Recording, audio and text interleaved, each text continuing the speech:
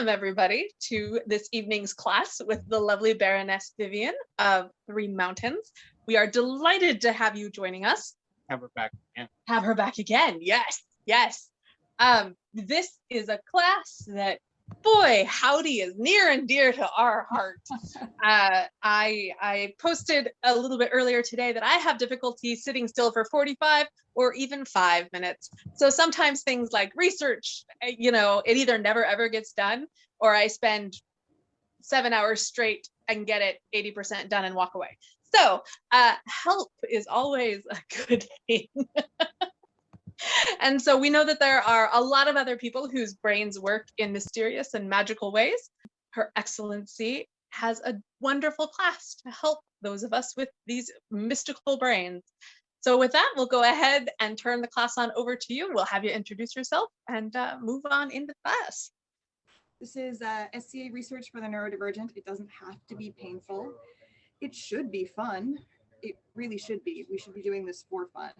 Neurodiversity is the idea that variation in brain function exists across the whole population. Differences like autism and ADHD have existed through human history and are not due to faulty neural circuitry.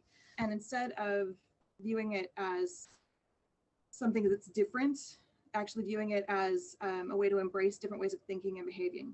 And the way that I am coming at this is I have ADHD. Thinking of it as neurodiversity gives me some tools to think of things differently instead of being not right or weird or different. It's just, this is the way my brain functions, and learning how my brain functions makes it easier for me to do things and do the kinds of things that I want to do. So for this evening, when I say neurodiversity, that includes things like dyslexia, ADHD, dyscalculia, the autistic spectrum, Tourette's, and a bunch of other categorizations.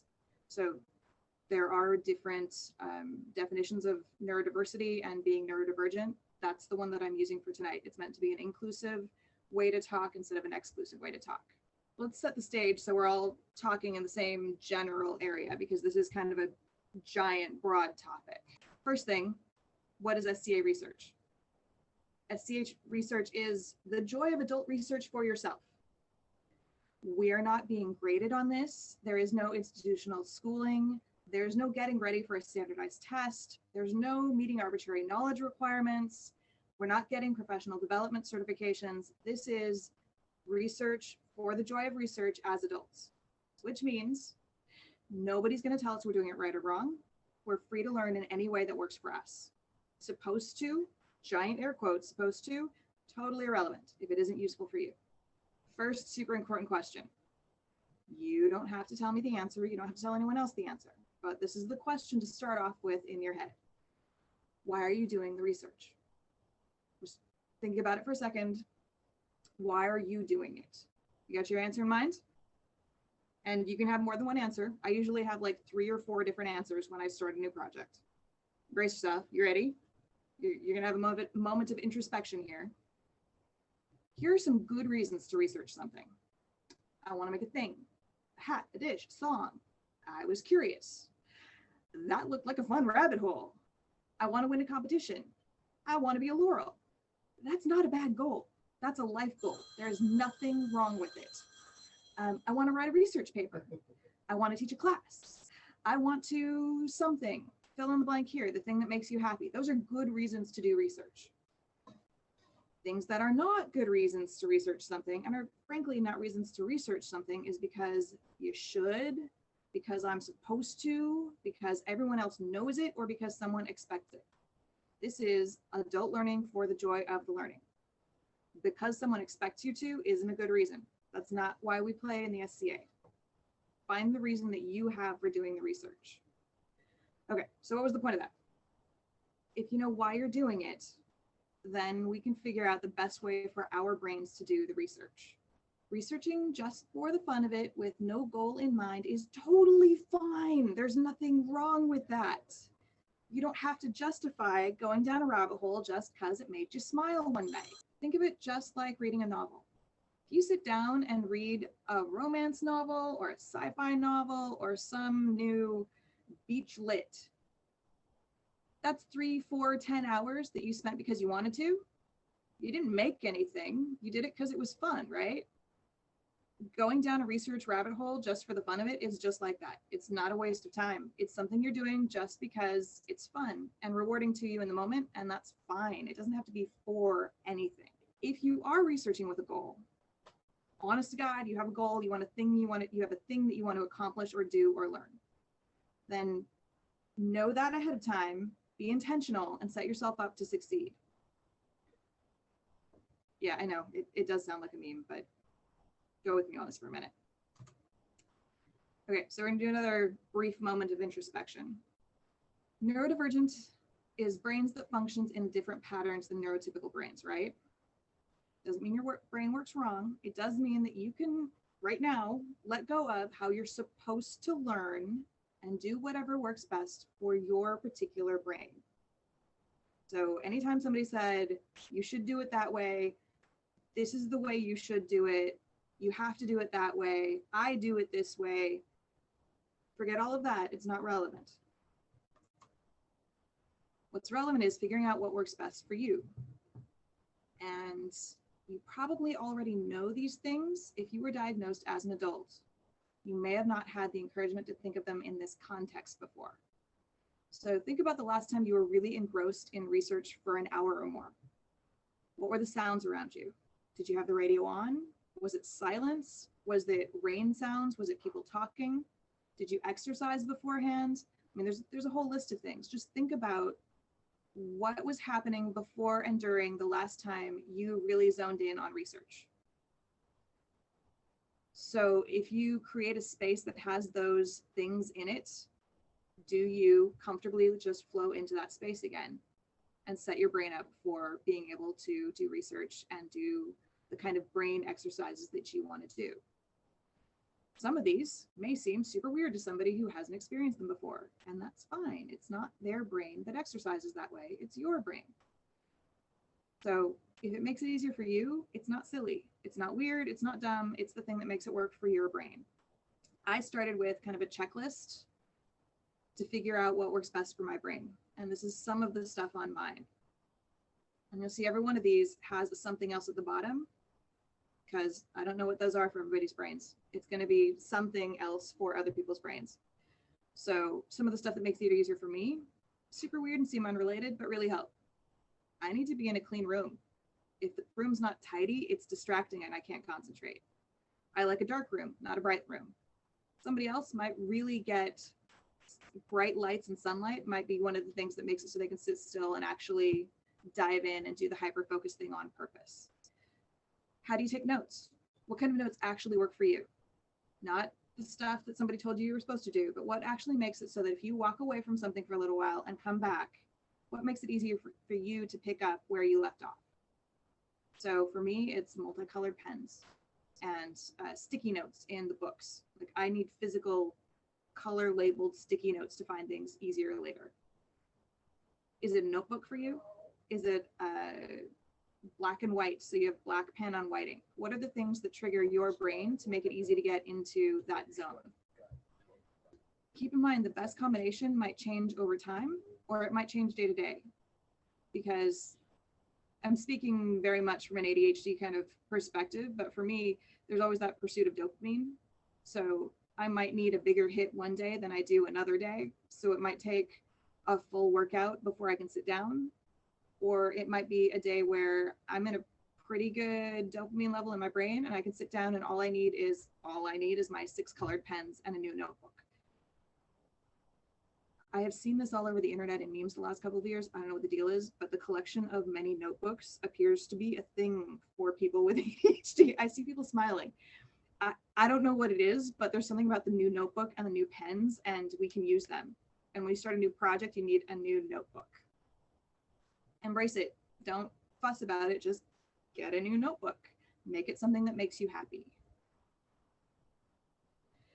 The purpose of the checklist is to give you a place to start to go through that exercise for yourself and figure out what kinds of things can work for you or have worked for you in the past, or maybe that you want to try out if you haven't tried them before.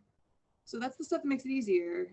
Then there's the stuff that make it harder. So you can't eliminate them, but maybe you can manage them. Avoiding the things you can control.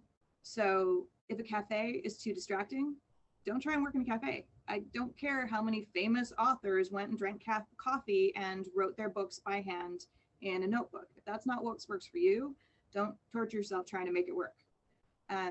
Conversely, if the silence of a library makes you insane, maybe a coffee shop is the best place for you.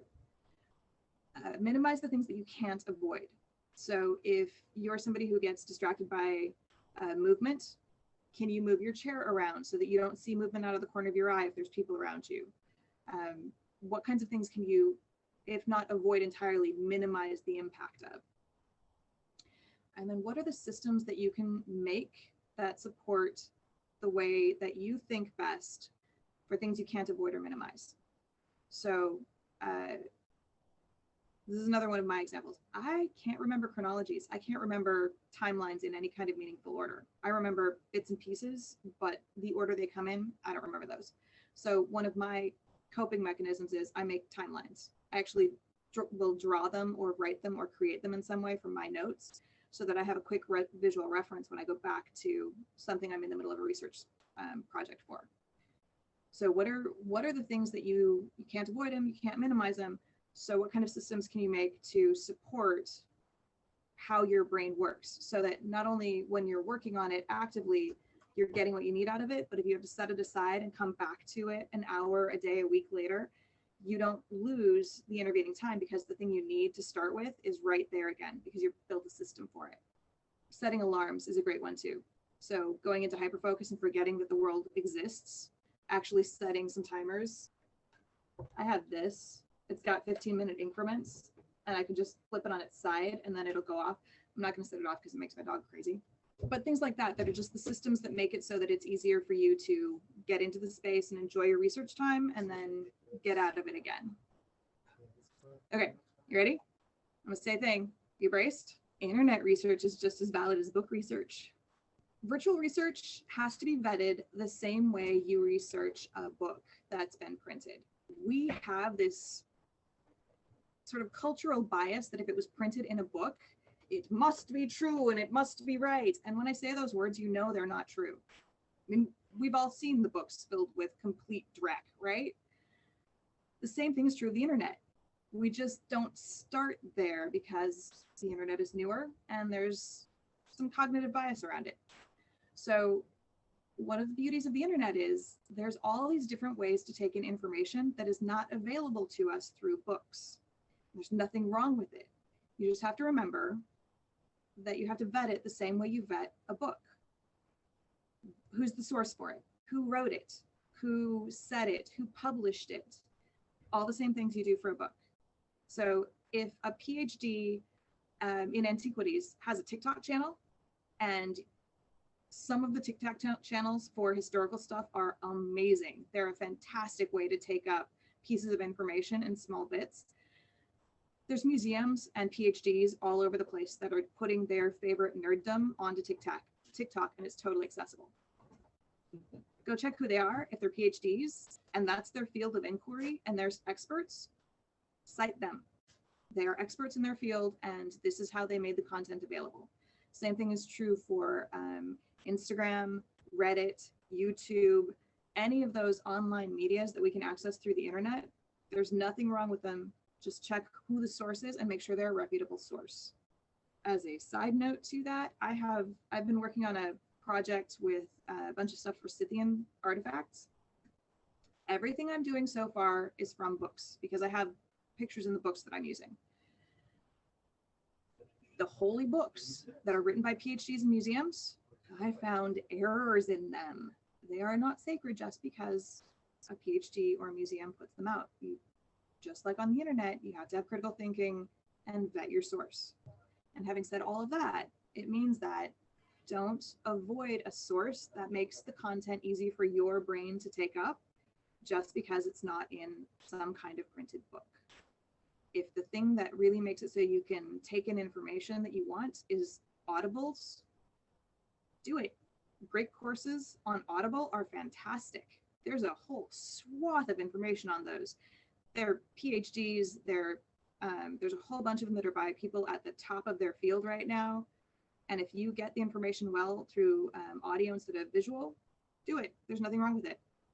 Same thing with if you need an audio input and a visual input, and you have a book and you have the audible of the book at the same time, there is no reason not to use those. Whatever makes it work for your brain is fine. Just vet the source. Oh yeah, and I put a link up because I love the British Museum YouTube channel. It's super cool. It's all of the cool historical stuff, and it's fun to just bop around on there. So I already said most of this. It's playing to your learning strengths. What is it that inspires and interests you and holds your attention and lets you retain the information? Use those. If you find an awesome thing, share that out with other people who might have some challenges learning with neurodivergency. If you find an awesome way to take up the information, share it out. It's a giant internet world, and sometimes it can get a little overwhelming with the number of resources. All right, so I talked for half an hour, and I wanted to keep it relatively short so that we could actually make this conversational for the last half. If you are doing a research project specifically for an ANS competition, how do you defend using sources that are not traditional book sources? Because I've had a couple times where I've used like a YouTube or something, they're like, well, and I had no idea how to defend it. So here's how you defend it. And you do come pre-prepared, because we are going to get pushback about this probably always, honestly. And figure out who created the content, and then go get the professional credentials of the person who created the content. And if you're looking at somebody who is, for example, a professor, make sure that you cite it and say, this is material directly from a professor of blah. You can also say, this is a person who is an expert in their field. They have like their own published channel with the BBC. Because I found that the British sources tend to, all of their academics are going on to all of the medias now. So it gets easier with them. But who did it, vet their credentials, and then just hold that line. Because if you're talking to somebody who is an expert in their field and they made the content, it's good. Because what we're not talking about with the stuff that we're doing, we aren't talking about things like drug trials. So with a drug trial, it needs to have a really rigorous review by other academics, right? Because if they mess it up, somebody could die. We're not doing that. We don't need to have that kind of rigorous review. What we need is to know that the person knows what they're talking about. And then you hold the line with it.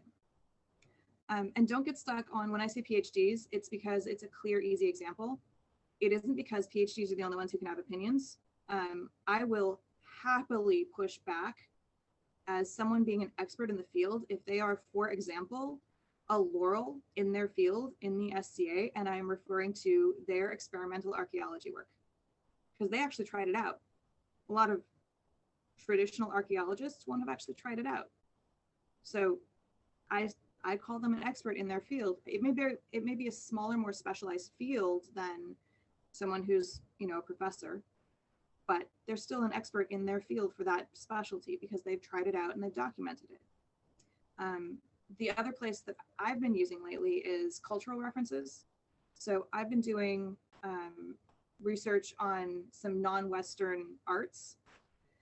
And I found that there are cultural councils in Mongolia who have been putting together YouTube videos that show how they make, for my example, how they make wool for felt, for making their gears and rugs. And the end result looks very much like what I'm looking at that existed in that basic geography 2,000 years before. So I'm using those as references because these are the same supplies. These are cultural traditions being documented by groups who are preserving that culture in that geography in a further time scale. So there's a pretty good correlation that I feel really good about saying there are people still doing it this way. They aren't using any, new tools or technology. They're using it with the same stuff that people 2,000 years ago would have had. So it's not as straightforward a conversation for those, but it's worth digging into it far enough to be able to say, these are experts. These are people who make their living doing it. Here are the videos. They made them themselves. This isn't a Hollywood production, that kind of thing. Did you have a specific example that you wanted to talk through, or does that answer it for you? I think that answers it. This was something that happened like years ago. So it was one of those where I'm like, okay, if I'm going to, because for me, I take information in really well from YouTube videos. They feel more personal to me. I can slow down, speed up, reverse, all that. So thinking about it, it's like, oh, I can use those. I'm like, oh God, if I use those, I guarantee you I'm gonna have like 15 minutes of questions about that. And one of the ways that I've been keeping my notes lately is I updated my WordPress so that I could actually start putting those videos on there as links and play. You can do the YouTube playlists and then actually put them online so people can click them. And part of the reason I'm doing that is so when people ask me about them, I'm not just verbally saying, oh, I watched a video about it. I can say, here's the page, click the link and you can review it. And if you want to dispute its authenticity as a source for me, we can have a conversation about that. But I'm pushing it back on them to say, if you're going to disagree with the source, here's access to the source. You tell me why you think it's not valid. Because they can't, in good conscience, I don't think they can justify saying, no, it's on YouTube, it's bad. You need to review the resource and tell me that. And if it is in fact bad, I want to know that. If anybody wants a tutorial on WordPress, we do have one in our Terra Pomaria Baronial library. So excellent. That's fantastic. Also, what was it? We have somebody who works with the local tribe, and he was encouraging people. Oral histories are just as valid. They really are. They're a little harder to access, but they are absolutely valid. And those push back hard if anybody says those aren't valid. We don't play that game anymore. No, we do not. We will come out swinging for you. Yeah, that's definitely you have allies who will help you with that. So if anybody runs into it, say so. You'll get some assistance. Does anybody else have particular questions? Yes. Me. Okay. You're like, oh, of course you have questions. Do you have any advice for how to manage the thing that happens where you have a thing you want to study and you're super interested in that thing and it's actually something you really super want to know, but you can't make yourself sit down to start? Do you have any advice on how to conquer that particular hurdle? Yes, and we're gonna get outside the scope of the class pretty quick for that one. Oh, sorry. I can only speak to this from an ABD perspective. I can't speak to it from other perspectives. But for that one, it's a series of things. One of them is going and getting some exercise and actually thinking about why I'm avoiding it to see if there is a particular reason I'm avoiding it. I'm going to take a tangent on this one. So bring me back to this topic if I don't remember to circle back. The tangent is if the reason I can't sit down and start the research is because I feel overwhelmed by it, one of the things I have found that helps, and this is a constant work in progress kind of thing, it's breaking it into two pieces. And the first one is I sit down and I do not try to do any part of the project. I don't open the books. I don't touch anything that's the actual project. I just make a plan for what I need to do, what I want to accomplish, and sort of fill in the details in between those steps of what I think that might be. So for instance, if it's like Athenaeum was this weekend. So, say 6 months ago, I wanted to enter Athenaeum and I wanted to do this project and it's huge and I just flatline on too much overwhelming. So the first step was just the plan, no actual work, just the plan. What date do I have to start? When do I want to finish? What's the list of things I want to accomplish?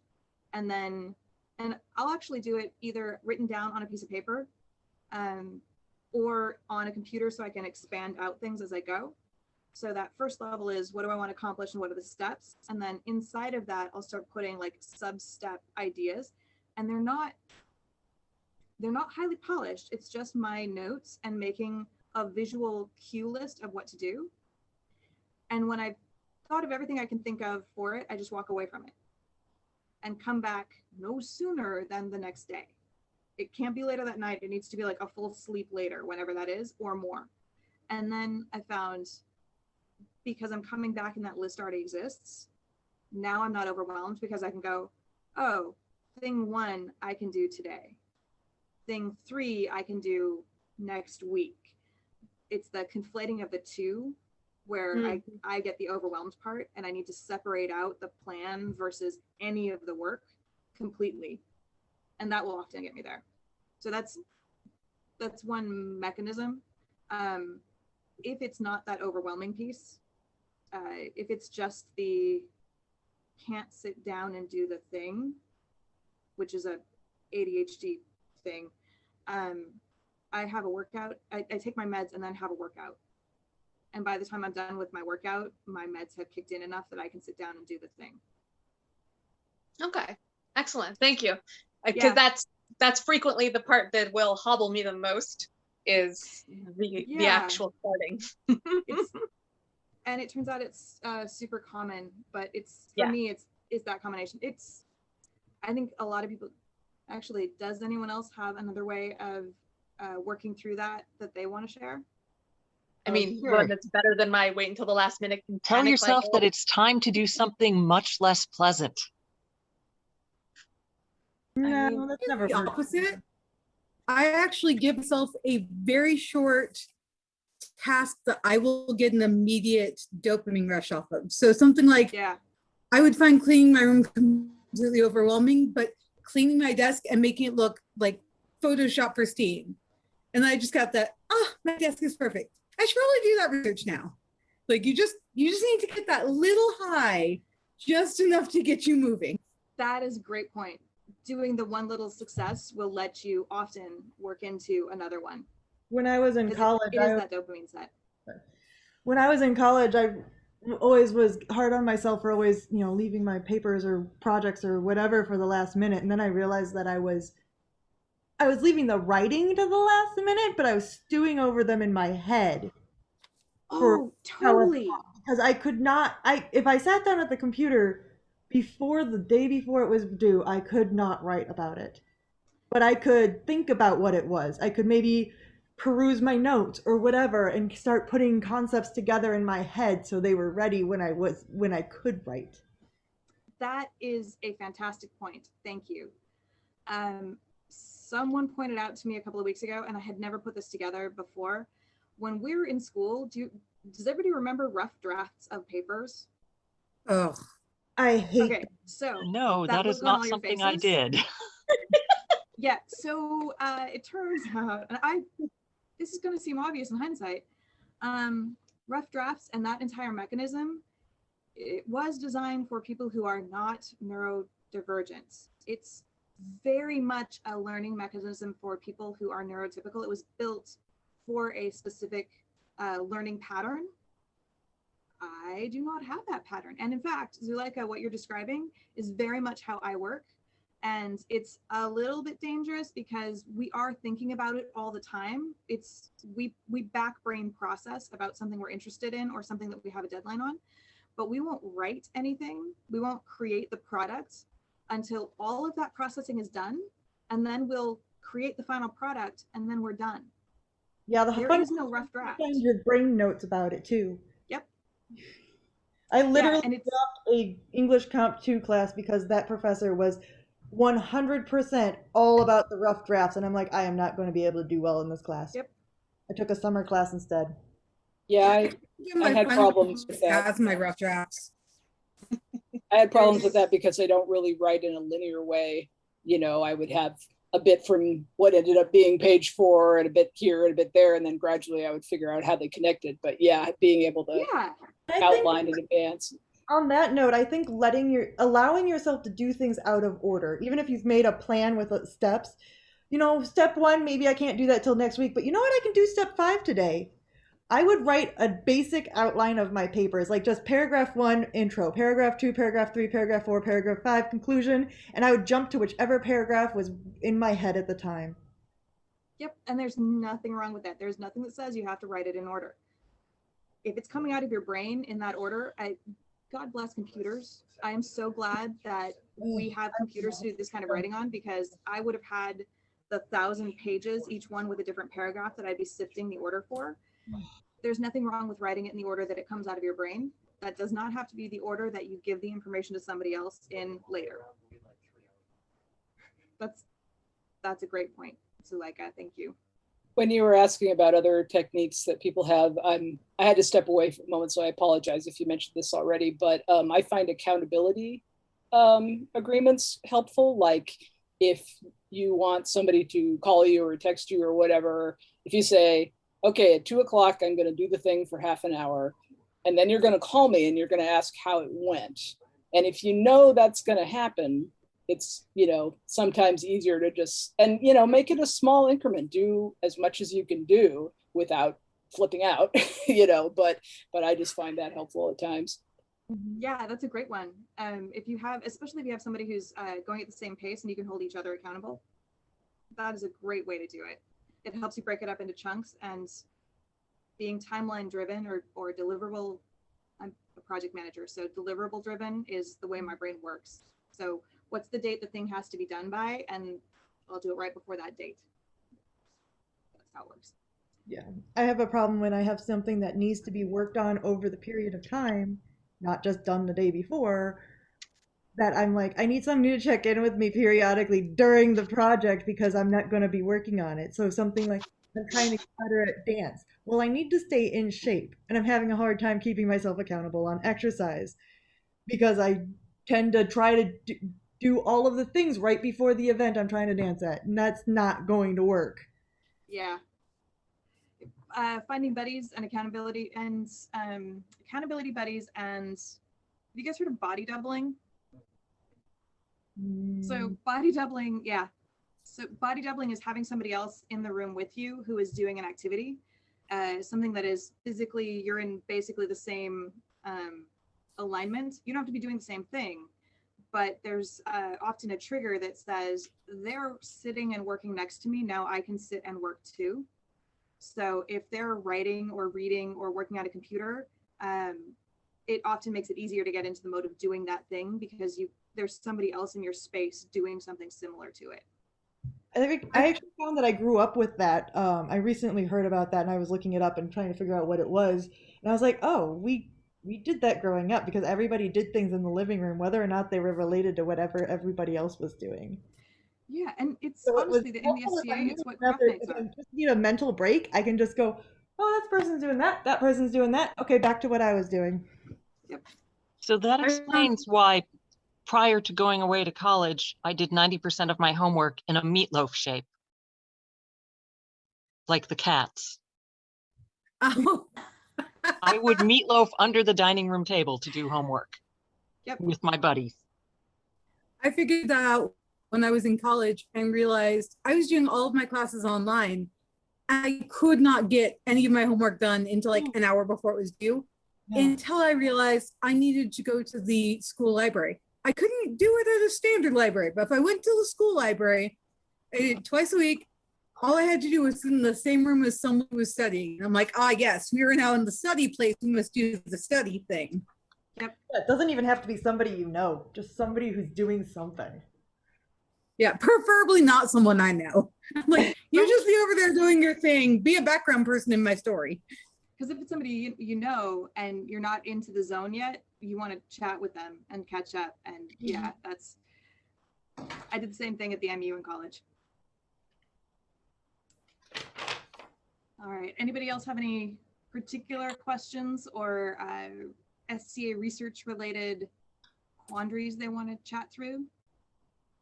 So one of the things that I've run into with the SCA is trying to utilize my network ability, minimal network abilities that I have. But you know, Facebook, there's a million Facebook groups for different topics and So trying to ask a question to find a starting point for a research thing, because I always have a hard time finding a starting point for like searching. And asking a question, putting some fairly specific things in there, and then getting, we'll just look it up. That's what I'm trying to get help with. Yeah. Is there a better way of phrasing things, or it's just like now I'm afraid to post things or ask questions because I'm like, I'm just gonna get somebody that just says go look it up. So I would say what I would do in college was I would actually go look on Wikipedia, where it was something where people were like, oh, well, you should clearly have this base of understanding. Wikipedia is not like always 1,000,000% accurate or anything, but it will usually have an outline of information you're looking for, and will frequently give you the search terms that you need to dive deeper. At least this was how I managed some stuff like that. Because I was a Spanish culture and communication major, and the books would be talking about, oh, XYZ event, with the assumption that I knew everything about XYZ event, and I had zero knowledge. So Wikipedia can be a good place to at least, I know a good starting point. I know what you're asking. I know what you're asking as well. I don't know how to get better responses from people, but I can cheat. I think I do know how. So there are a couple of key phrases. So basically where you're going to do, and I ask for the wording on this, you're going to do people manipulation in the nice way. So there are a couple of key phrases that will make other people want to help you. So things like, hey, I'm really excited about this niche thing. Is there anyone else super excited about it? Because if they're super excited, they've probably done research and they'll probably info dump on you. Another good one is, hey, I'm researching 16th century knitted sock patterns and I can't figure out where to find links. Does anyone have any good link ideas? Again, anyone who's interested will be like, yes, here's the thousands of links I already have saved. So make it sort of specific, but make it very much a, hey, I'm super excited and I want your help specifically because you're awesome. Makes everyone want to help you. Yep. And the other piece I'll add to that is, and this is going to be more psychology. If you get people giving you a shitty response like, well, you should just go look it up, there is a fair possibility that you have just shown that you know more about something than they do, and they are now embarrassed by it, but still feel obligated to respond. And I've seen your research, and I think that is not an unreasonable guess to have about some of the questions I suspect you've been asking. For my research? Yep. You know some pretty niche stuff. And if you're asking specific questions that demonstrate that you already know more than somebody else who feels that they're an expert, you are likely to get some of those kinds of responses on the internet. Don't take them personally. Zuleika, you're also in the I've got imposter syndrome club. Welcome. I thought that was one of the parameters for being in the SCA. Right? Oh, it is. Yeah. I would also, if I got that response, I guess I would tend to ask, what would you recommend as some beginning sources? I mean, yeah, maybe they're just going to blow you off, but if you kind of make a little bit of like, oh, I'm so glad you are experienced in this area, and yeah, what do you think would be a good beginner resource for me? Then you may actually get something useful.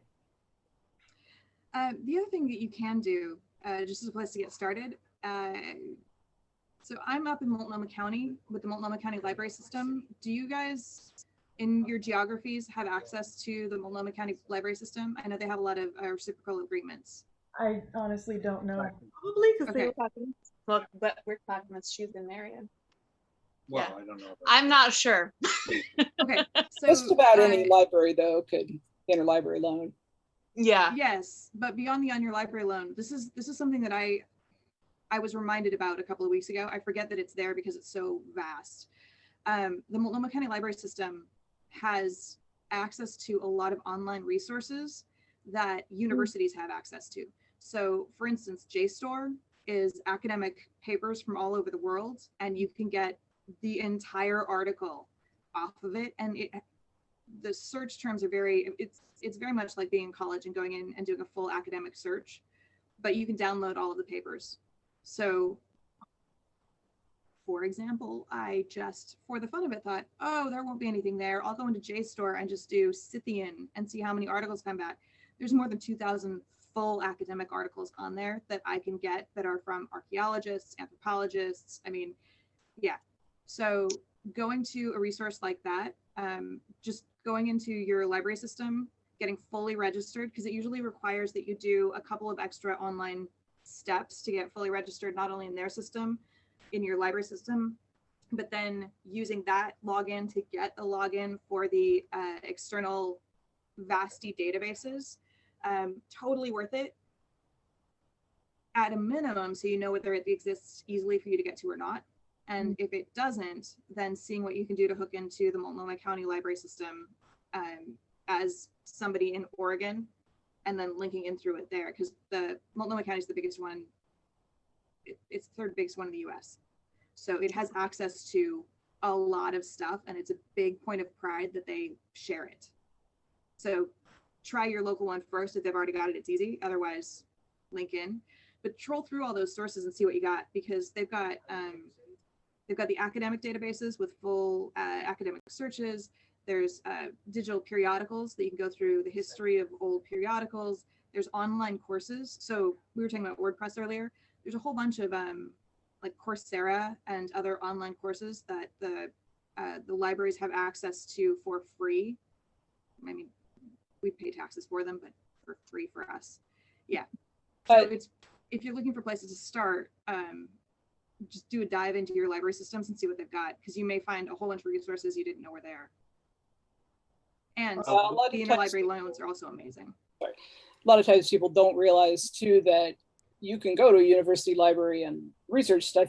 Even you don't have to be a student, even if you can't check out. Again, like Vivien was saying, you can, while you're there, you can use their terminals to access and, for instance, at least get a list of articles that you might want to track down. And in some cases, though, like in Eugene, Oregon, the University of Oregon Library has a reciprocal agreement with the public library. So if you have a public library card, you can just register to check out there.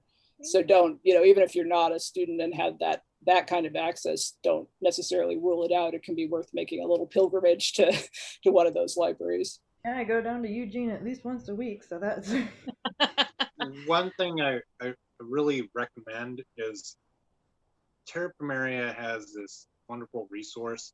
Our librarian is Suvia. yes. And Yeah. talk to Suvia. We are just blessed to have Suvia for our library. She will help you find a direction for your research, and maybe even suggest alternate terms when you're doing your online research that may give you hits that you wouldn't realize that are there.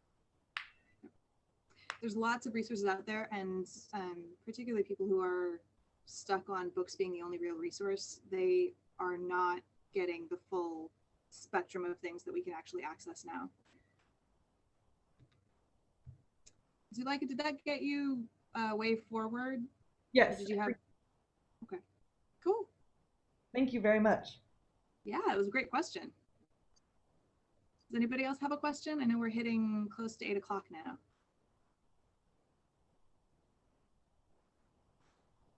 Yeah, we have as much time as you're willing to offer. So. I can chat about this until we all melt, which is a very real possibility today. I mean, His Excellency just made us iced beverages, so like we'll survive for at least another 20 minutes. I was going to I was going to comment and say it's really nice to be in a group of like-minded brains, because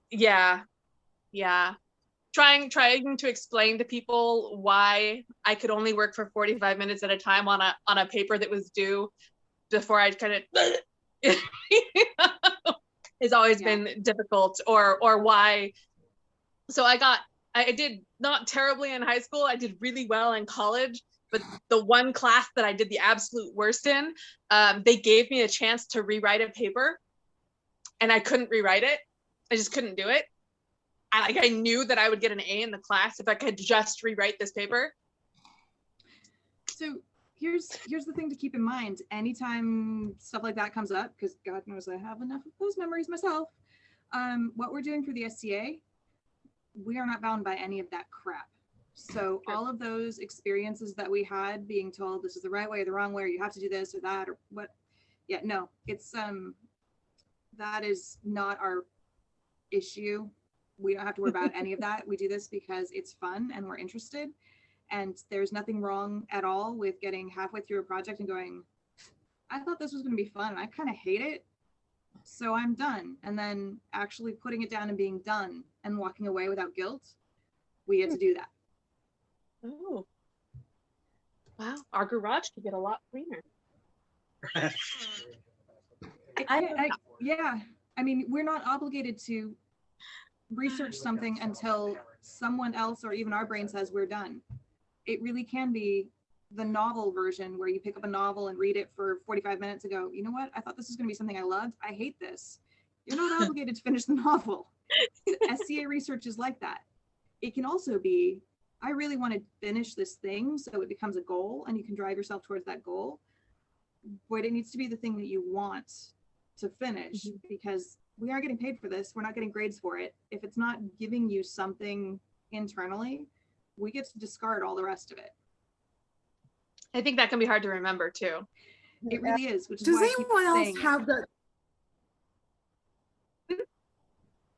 Go ahead. Does anyone else have that thing where it's really, it's not even like hard to start a project. It's hard to figure out a project to do because everything you think of is followed directly by the thought of, oh, someone else has probably already researched that. Someone else knows that already. Yep. So what do you do? Honestly, I tell myself that I'm doing it for the fun of it, and it doesn't matter if 87 people in my neighborhood have gardens. My garden is the one I work on because I like it. I don't care what their garden looks like. It's me working in my garden that makes me happy. The research is the same way. I'm not trying to get published as an academic. I'm not trying to get tenure with original academic publishing. I'm learning it because I want to learn it. And if I don't want to do it, then why am I spending the energy on it anyway? So that's one piece. The other piece is, are you trying to find something original because you have a goal? Is finding something original going to feed a goal for you?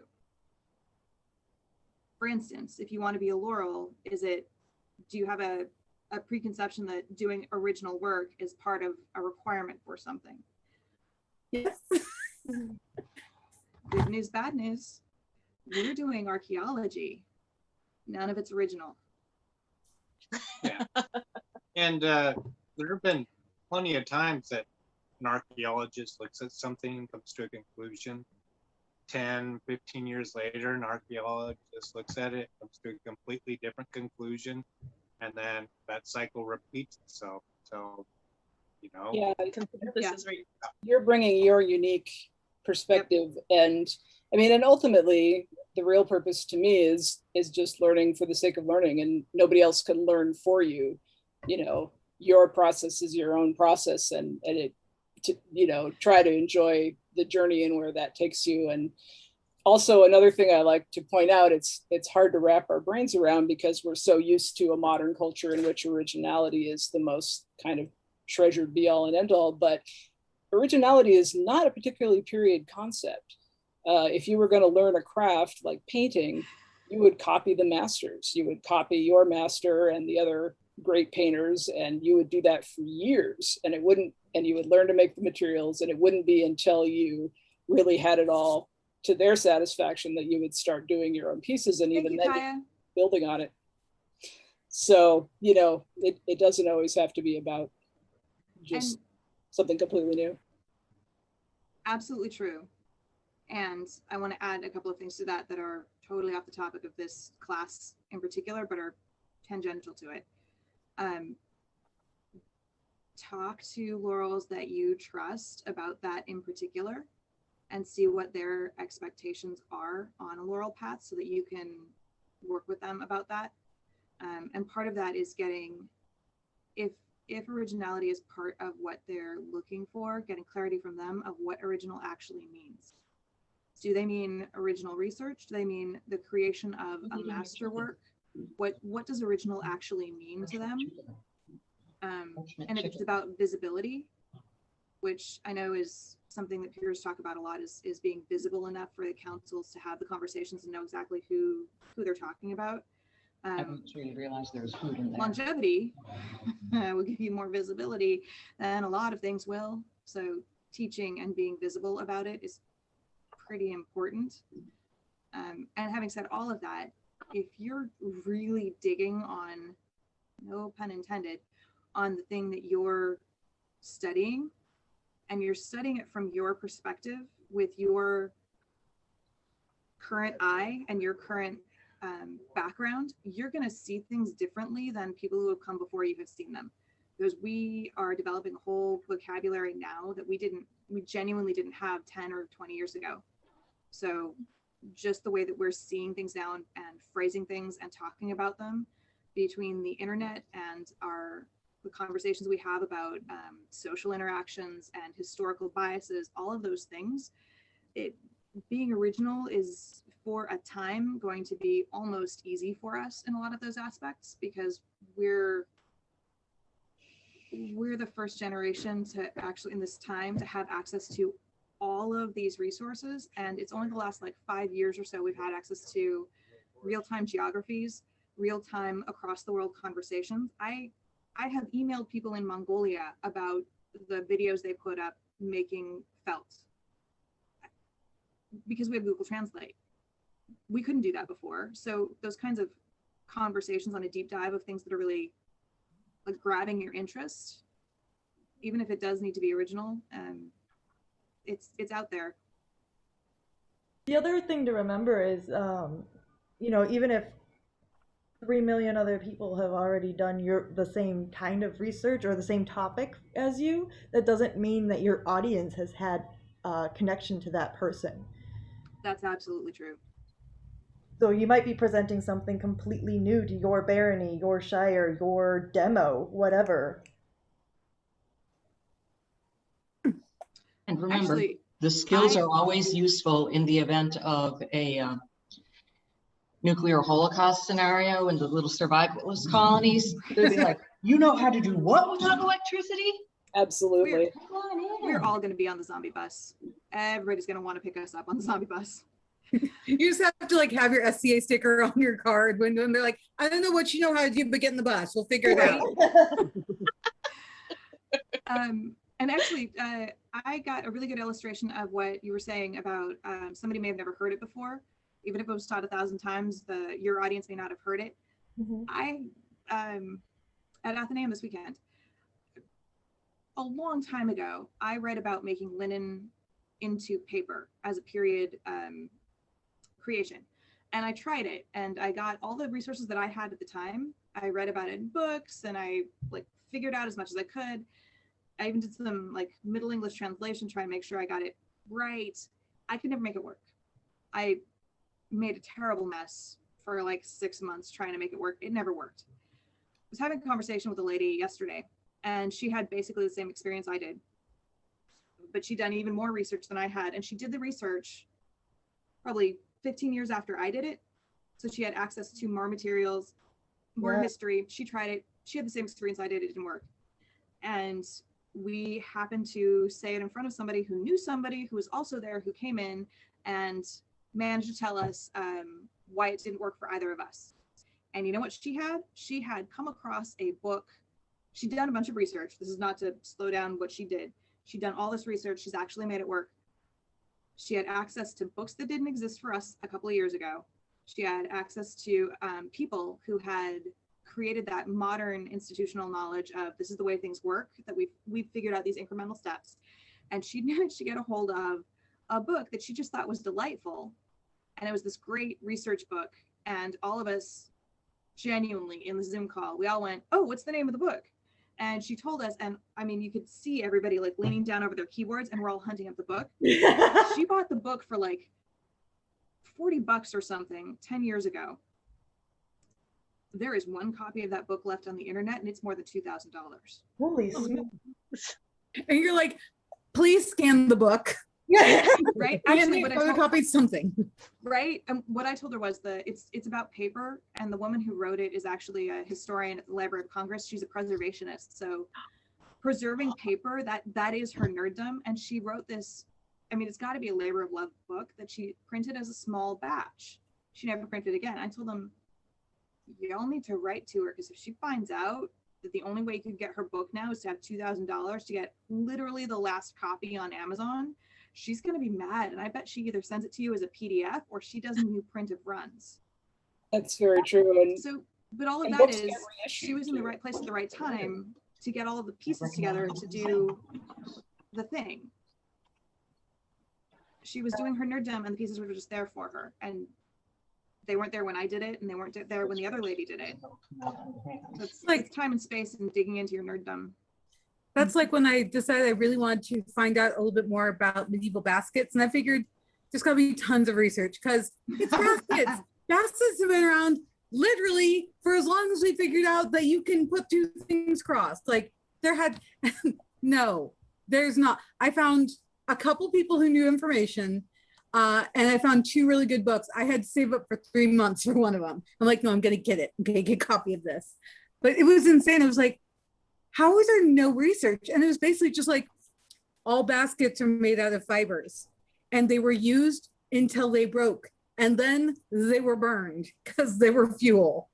So Right. there were no examples. It's a lot like the cooking stuff, where people can write the recipes down because they just did it, and they did it every day for their entire lives. Well, you get cookbooks when it's somebody who's doing something who's different, or somebody who sort of randomly in human history decides they're going to write stuff down, and everybody around them kind of thinks they're crazy when they do it. It's the everyday stuff. So, I mean, you can play with the experimental archaeology part of that. There's no reason not to. I kind of think that's what neurodivergent people are good at. We pick up the random bits and try it out and go, oh, look, I solved that puzzle. Now I'm going to move on to the next one. You better hope I wrote that down before I moved on. Right? They didn't figure out how to make Roman concrete. Like they could not figure out how to Yeah. make it until what, 5 years ago? Because Really everyone recently. there knew you used salt water. So you just wrote down water. No one had any idea. And they figured out with experimental archaeology. I mean, you try it out until you figure out what works and what doesn't. And you don't make the assumptions that the people in the books before you made, which kind of suits our brains.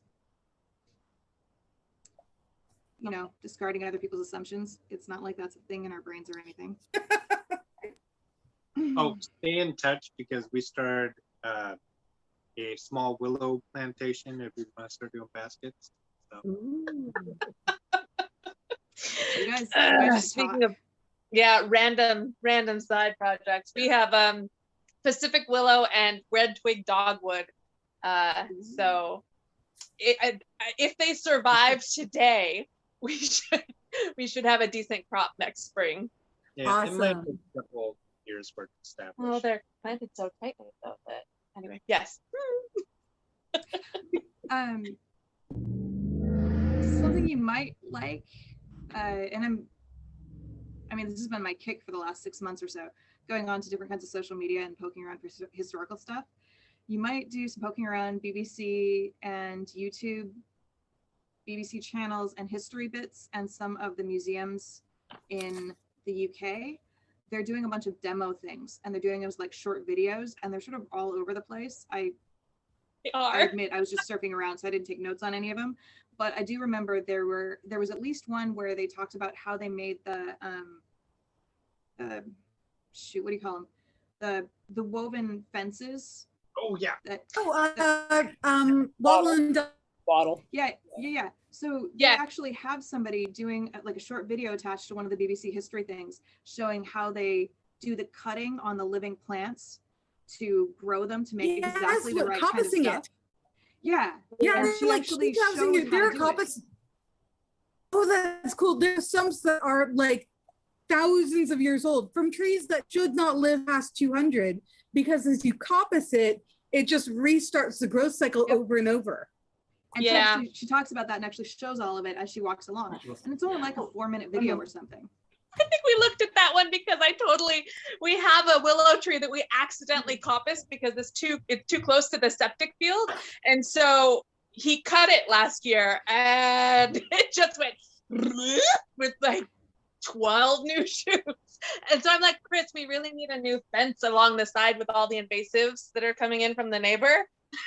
So, Just Just for keep fun, coppicing in that direction. Yep. Well, that's how they did hedging. Well, speaking of BBC, there's a bunch of series, including one called Tudor Monastery Farm. They're all free on YouTube. I own all of those. They're amazing. It's like great, yeah, because I know they occasionally touch on basketry stuff, and even the ones that are later, like Victorian, a lot of the farm stuff really hasn't changed much. So, and Have it's you really watched, fun. Oh, sorry. Oh, have you watched Tales from the Green Valley? Yes. yeah, that's one of them. Oh my God. Like, yeah, Tudor Monastery Farm is the same Ruth Goodman. who's Yeah. using it. Yeah. Yep. And one thing I really love about those is they actually talk about one of the things we kind of discussed here, which is like, well, we assume that this is how it's done because this is how it's described in this one book. But let me tell you, we're trying to do it as described in that one book. And as described, we're going nowhere. Like we had to figure out how to, the part that's missing in the explanation, like you said, the salt water, the part that nobody thought about. And yes, The part that was my was pandemic lifesaver. the part that was so obvious that they didn't write it down, like period bread Right. recipes. Why would you write down a bread recipe? Everybody knows how to make bread. Oh my favorite I'd example of that. Go ahead. I want to point out that we were talking about how to attribute things that are not books. Those series, I really think those could be used as excellent Yes. source material, research material for anything you want to do that's in those, because they're actually showing you the experimental archaeology. They are experts in their field. Yeah, it was made for TV, but so what? It was done with good faith efforts to recreate things, and they are all actual experts in their field. So using reference to shows like that, totally legit. Yes, Ruth Goodman is the reason that we will now probably wind up with a suspended fire pit so I can burn alder at events and then use the soap ash to wash clothes. Yep. Oh my God, I so want to try doing that. I know. We've been looking at the Mexican discavas. It's a cooking thing, but it's a round cooking utensil, like pan with but it's flat bottomed with a rim. I'm like, oh no, you can totally think of this discava and like going to pan and burn them. Talk to Lucia. What's Lucia's last name? She moved up here from Texas. She's a cooking Laurel, and she has like 3 of those in different sizes. She brings them over to my house and cooks in my house. I know it's terrible. That's how I stay the shape. But yeah, she loves nerding out about all sorts of interesting cooking utensils. So she will happily geek with you. Okay, I like the So- discavas. I'm having a great time having this conversation, and we have totally left the original purpose of tonight. So does anybody else have questions or things that they want to chat about on the topic of SCA research and neurodivergence? Don't worry, he'll edit it. I I'm just not worried. wanted to mention something that works for me, Yeah. I guess. As I have dysgraphia and anxiety, so research turns into an awesome cycle of avoiding everything. But for me personally, I find making lists of everything. So if you break down your project to the tiniest parts necessary, then you can like sit down and you're like, okay, well, what's a 5-minute part of this list that I can get done right now? But also it works because sometimes they lead to random rabbit holes that we're all prone to, which can be awesome. And it's guilt-free because it's still related to the project that you're working on. So it's not totally just I wasted 20 minutes, because it somehow will come back to that project. But it's particularly because like a lot of us juggle hobbies and everything do. So you sit there and you make lists of the goals you want to achieve for each hobby. So then you're not getting lost in them and everything. So then you just have your little booklet and you can flip through it each day. And instead of worrying about a big research paper, you just get a small chunk of something done. So you also get that immediate, approval thing. That's a great one. The other yeah. thing that I did, I had to become one with the concept of the messy productive desk, which is different than the thin film of crap on your desk, which we all probably do. It's a thing where, for me, I'm really bad with out of sight, out of mind, to the point where the fact that I still have my phone for over a year is basically a miracle. A miracle, and having people who watch me right every day. So if I'm doing a research project, especially if I've got physicals for it, like books or printouts or anything like that, I actually just have to dedicate a desk for it. And they stay out and open and just cover slowly the entire desk out. Because if I put some of that away because I'm not using it right now and I want to keep it safe, it will be safe from me for a minimum of 2 years. So I was just like, you know what? This is messy, but it's productive mess. So I just had to do the productive mess. One of the things I run into, because my productive mess is typically in the way of my husband, who is probably the definition of neurotypical, but it's been a very interesting adjustment. But I have a hard time with the concept of having to put all of the pieces of the thing away just to have to bring all of the pieces of the thing back out to work on it again later. So it's like, I know it needs to be put away, and it can absolutely be put away. I'm not going to work on it for the next, I don't know, week, month, whatever, but I don't want to have to bring all the pieces, because the thought of bringing all the pieces out and then having to put them away again will keep me from working on that project. Yep. So our son just recently moved out, so we're redoing that room, and I'm like, we need some bookshelves in there, and we're going to have clear boxes, and those are going to be project boxes. So all of the pieces of a project are going in that box. So if they need to go away, they can, and if when I bring them out, they come back out. And then when I'm done with that project, they can go be put away where they actually should live. One of the things that I really embraced with all of my craft stuff, it's tangential to like word research, but the actual creation of things in my craft room, everything is in clear containers. They have to be clear containers with a label on them, because if I can't see into the container, it ceases to exist for me forever. Mm-hmm. So I slowly moved over to clear plastic containers in stacks that are no more than 2 containers high, because if it's more than 2 containers high, I'll never get the one on the bottom, and I can't explain that one even though I can see it. But it has to be clear. It has to be where I can just go grab it, and if I do that, then I can put things back in it and put it away. But yeah, for the first time in my entire life, I will actually sit and do any of my craft projects in process because I can see them. Yeah, I totally agree. Yeah. We're only laughing because I've been buying clear boxes, but because we're cleaning the guest room, which has been the repository of everything, there's a stack in the corner that's like 4 high. Are now deeply concerned about the possibility that the stuff that's 3 deep is gone forever. We have a friend coming to stay with us next week, so this is a good reason to clean out the guest room. Which is currently the depository. And I admit, I redesigned the closet in my craft room to have, I went to IKEA and got so many shelves, and I measured the number of shelves by 2 containers high, and the shelves actually make it so I can't stack a 3rd one. So mechanically, I can't do it in a way my brain can't deal with, because I made a system that keeps me from screwing myself up by making stacks of things. That's a really good plan. And I have to say, kind of circling back around, I appreciate the conversation specifically about making lists, because this is a thing that I know, and I totally don't do it. And so being reminded of some of these things as well is super useful, because I have a PowerPoint that's due in 2 weeks for somebody that is not me, that I have not done enough work on. But we've talked about multiple things now that would totally be useful for getting that done. And and I will say that you said that the clear box thing is not necessarily research related. I would humbly and respectfully disagree, because if I put down my research, if so I have a pseudo minimalist bullet journal.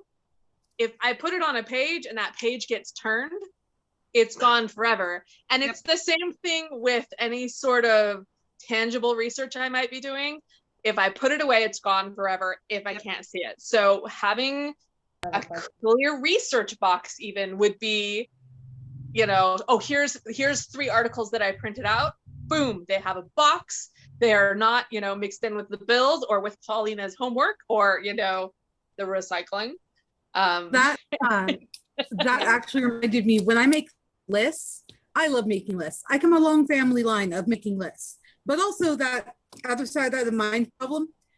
If I make a list in the journal, I love bullet journals. They're the most beautiful of things. But if I make a list in that journal, there will be no effect. I will do nothing on that list. The list now is considered done and I turn the page. I have to make a list and put it somewhere that I will see every time. And I also have to change the list out every 2 or 3 days. Like I'll put a stick on my computer, and if that sticky stays there for more than 2 days, it becomes background and I don't see it anymore. So take it off and redo the list and just remove the things that have been done and put it on there again. I told my girlfriend about this. She made that face that dogs make when they hear a weird noise. She's like, how else would you make a list? I don't understand. ADHD and she's got anxiety. Having a list there gives her heart palpitations. She does it, but it's like, it has to be done or she'll kill someone. And for me, I'm like, I put the list there. I've done 2 things on it. It's now been 48 hours. This no longer exists. It's just a picture. Because I mean, if that's one of the pathways in your brain, they cease to exist because it hasn't moved. So this is the way I've been dealing with it. I got these books. So I got 2 of these sketchbooks, and they're the hardback kind so that they can move around the house with me. I can write on it wherever I am. I got my favorite kind of pen, and I got paper that I want to write on because I was finding that the lines were making me crazy. So I needed blank paper. I don't know why, but it works. And it sits open and it never closes. And when it gets frustrating to my eyes to look at, I rip off that sheet and rewrite the undone things again with the favorite pen. I don't know why the favorite pen is a thing.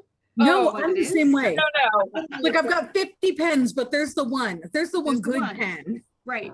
And it's Another not thing, like a fancy pen.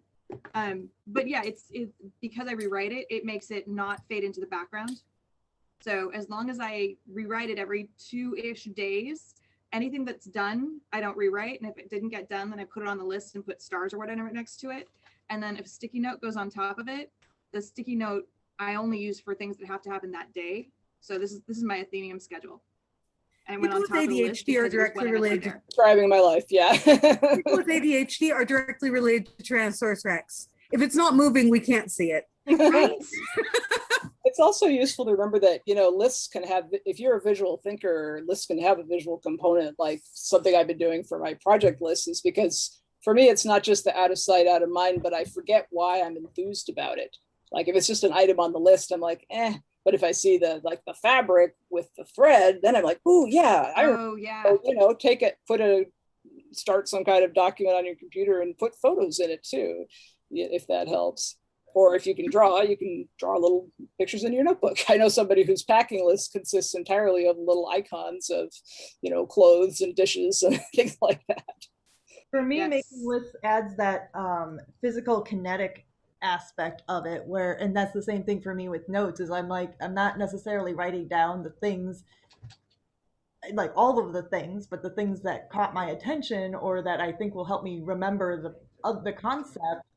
And lists are kind of the same way. It's keeping me in that moment and keeping me kinetically attached to that project.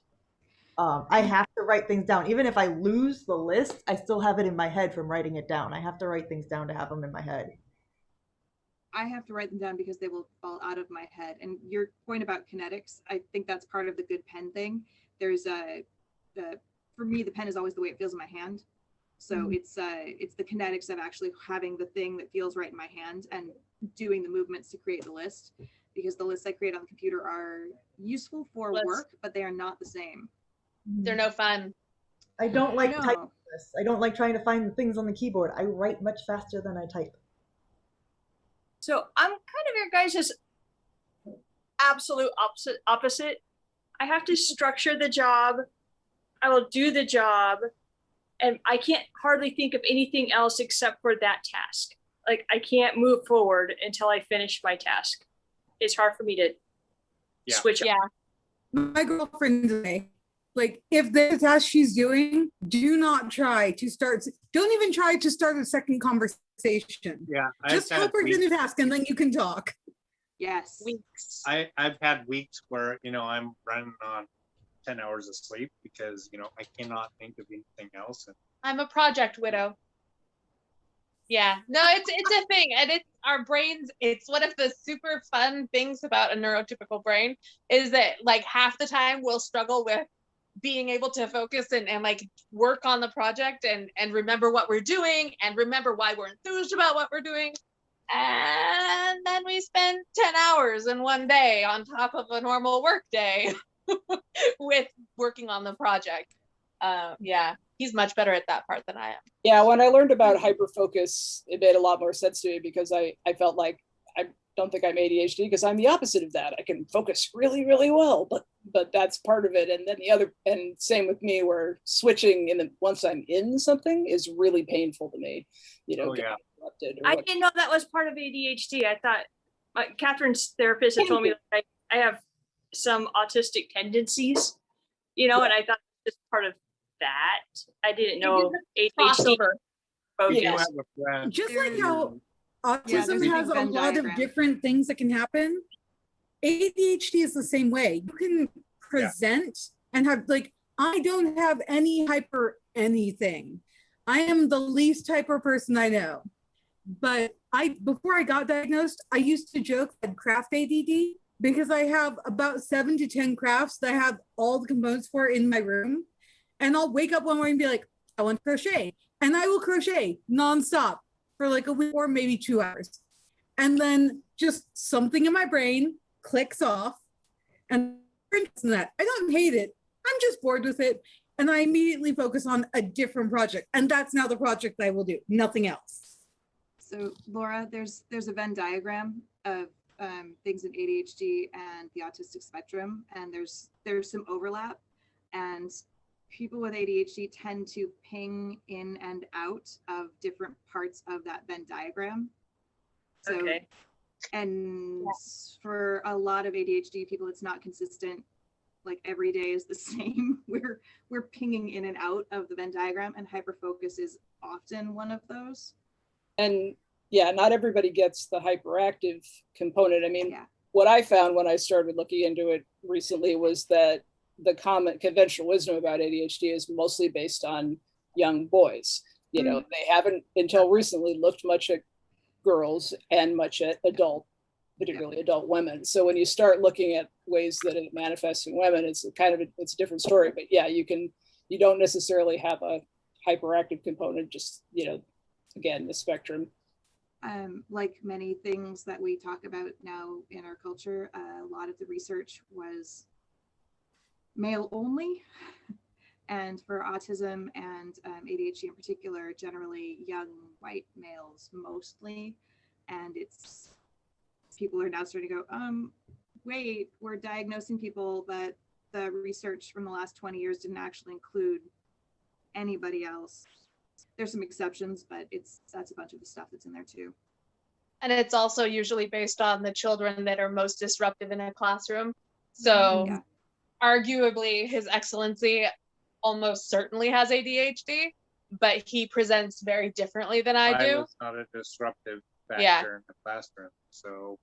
So he's, I'm the super spastic one who's constantly going, bing, bing, bing. And he's super evenly keeled. And sorry.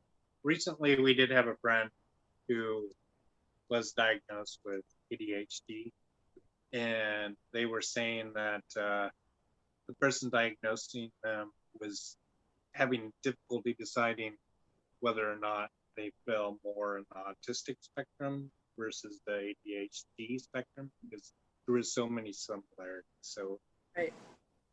Yeah. And that's why I think Her Excellency chose for the neurodivergent, because that is our common currency, is that our brains don't fit the pattern that the standard wisdom says we're supposed to fit. So Right. we just And- we can't do a rough draft and then another, like a first, second, third. That kills me. I think I've managed to do it like a handful of times in my entire career in school. You know, there's stuff like that. There's stuff like being able to sit down and study for hours. You've got to be kidding me. But if I write the stuff down while I'm in class, I'm not going to forget it. You know, so it's it's really interesting how big the umbrella is and how many of us it encompasses. And that is why I phrased it the way I did for this class, because because we're doing this as adults and we aren't doing it for grades and we're not in that structure, we don't have to use those things that may not have worked well for us and work well for our brains. So there's a giant umbrella of people who didn't fit well into the rails of what we were told as kids were the way we were supposed to do things as kids. And it's super variable, and everybody has to figure out sort of what works best for their brains in particular. That's why these conversations, I really like them, because it helps go, it's not just me. And also, I hadn't thought of that one before. I'll try that one next time. And yay, that one works for me. Or, I'm never doing that again. And both of those are fine reactions. Yeah, I kind of want a copy of that checklist you have. I can put the link. I can send you the link to it. That'd be awesome. That'd be a good starting point to evaluate what doesn't work for me. And yeah, I actually that's kind of a fun tangent to get along. So one of my favorites is figuring out stuff on apps on my phone that make things easier for reasons that they were not originally designed for. So sounds for me are something that I need a particular kind of sound to be able to focus. And that sound varies with, I don't know, the barometric pressure around me. I'm really not sure what makes it change, but going through a series of sounds until I find the right one that moment. So apps like Spotify that I can program in a preset list of groupings of sounds, so I can run through those instead of having to think up, well, what kind of sound do I want? I can just run through a series of playlists I've made before. And I've got another app that does rain sounds, and it's got like 12 different variables on it, and I can turn the variables up and down of thunder or rain or birds or background cafe sounds, which I find distressing, but I have a friend who thinks it's the best study sound ever. So it's being able to change all those variables and then play music over the top of it to get just the right soundscape to be able to work. So do you guys have any favorite apps like that? Yeah, go ahead. This is so related. This is something that works really well for my eldest and not so much for me. If you have a hard time with taking in auditory information because it's boring, speed it up. My daughter listens to all of their lectures at times 2 speed. It sounds like every lecture is given by the chipmunks. And normal lectures. They go through that and they've got all the information down. I'm just like, and I found with some YouTube videos I watch, I'll bring it up to like 1 point and suddenly my brain's immediately attached. So play with speed. That's a great one.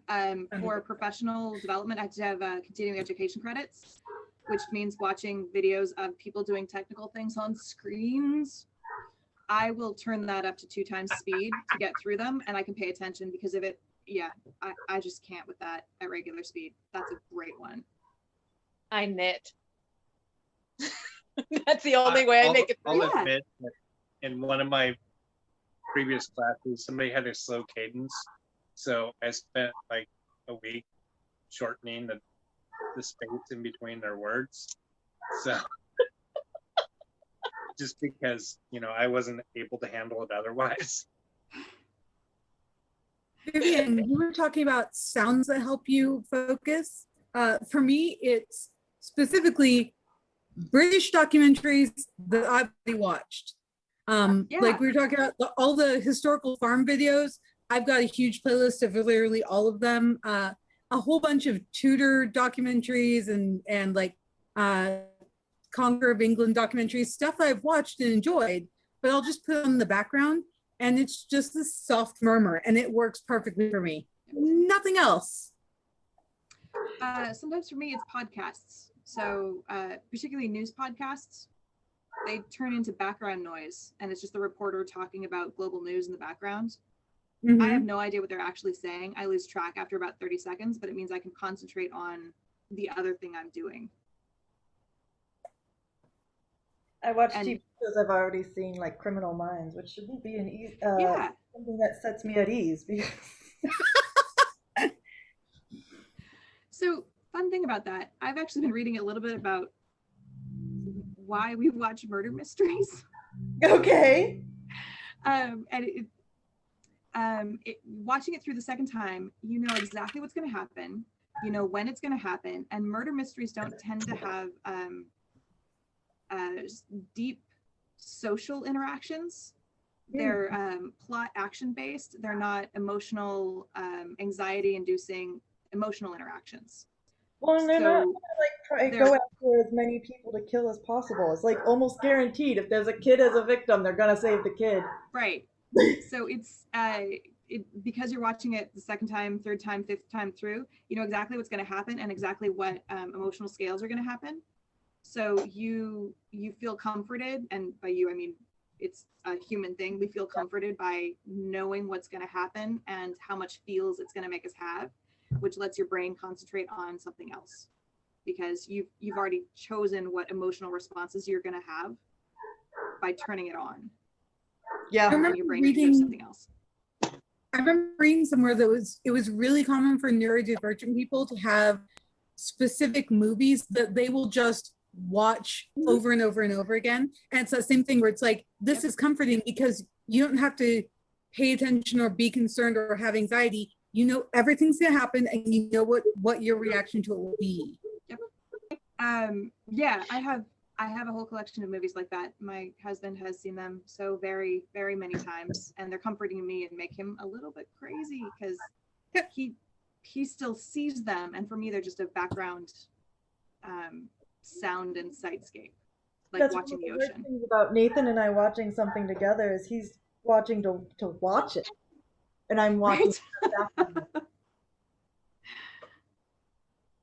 Until he worries that I'm not catching what's going on or that he needs to pause it while I'm turning away to go grab something or something. I'm like, I'm fine. Yeah.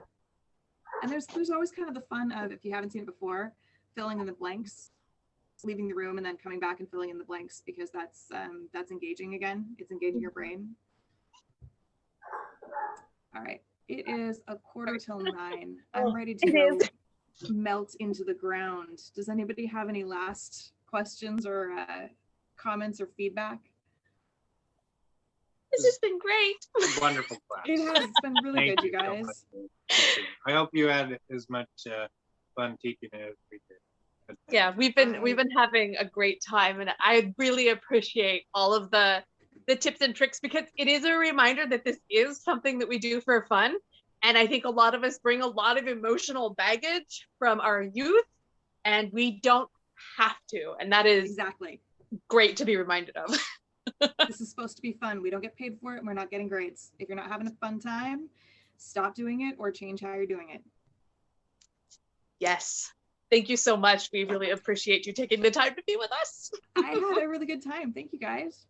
Thank you. I'll talk to you guys soon. Hopefully in person sometime this awesome. year.